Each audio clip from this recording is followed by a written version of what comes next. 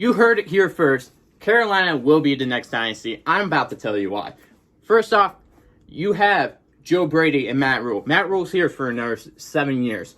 Matt Rhule's not going to look too good for these next 2 years. He's not going to look like the greatest head coach signing for these next 2 seasons. Hit him in year 3, hit him year 4, hit him year 5, year 6, year 7. Those 5-year spans, he's going to be known as one of the better head coaches in the NFL. And he's just constantly done this every single place he goes. Did this at Temple, did this at Baylor.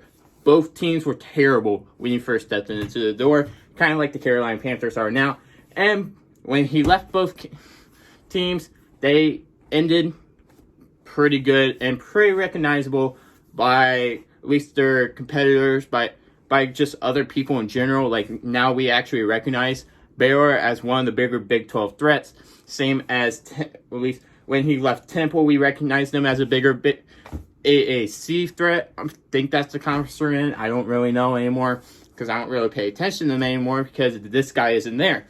Then Joe Brady, of course, basically built LSU, basically ran them to the national championship game. Ed Ogeron, so I don't even care. He was there. He wasn't the one that put that offense in. He was just putting 93 teams out there to play.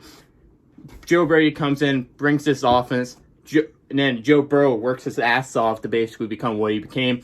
And that's what that offense was based off of. So if you're going to set up a dynasty build, these are 2 guys that are key to the instruction, like to set of this build. And it helps that Matt Rhule and Joe Brady seem like they want to work together. And I don't know if Joe Brady wants to become a head coach or he wants to stay on the side piece, kind of like Josh McDaniels has to Bill Belichick all these years. Also, David Tepper's the owner, kind of known from working his way up. Like, he didn't start out rich. He started out poor, worked his way from the bottom to the top. And I think that's the type of players he likes to see, too. And then Marty Herney's the GM. He's not really recognizable at all yet, but hopefully he turns out to be. And this defense is starting to get built up. And you know how Matt Rhule's going to do. He's going to roll with the defense. He's got Derek Brown, Shaq Thompson, and Brian Burns right now to start his core, basically. I don't know if Shaq Thompson's going to stay there, especially after year 1 with Matt Rhule. We'll see what happens there, if they trade him or keep him.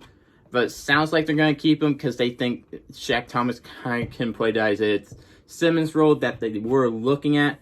And then the offense is getting there, you could say the least. You have Christian McCaffrey, best running back right now in the NFL, no question. Then you have DJ Moore and Robbie Anderson on the outside.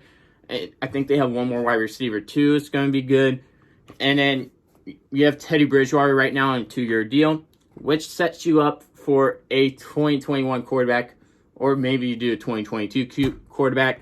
Teddy Bridgewater is going to be perfect for that quarterback to learn from. And let's talk about these whichever quarterback they get.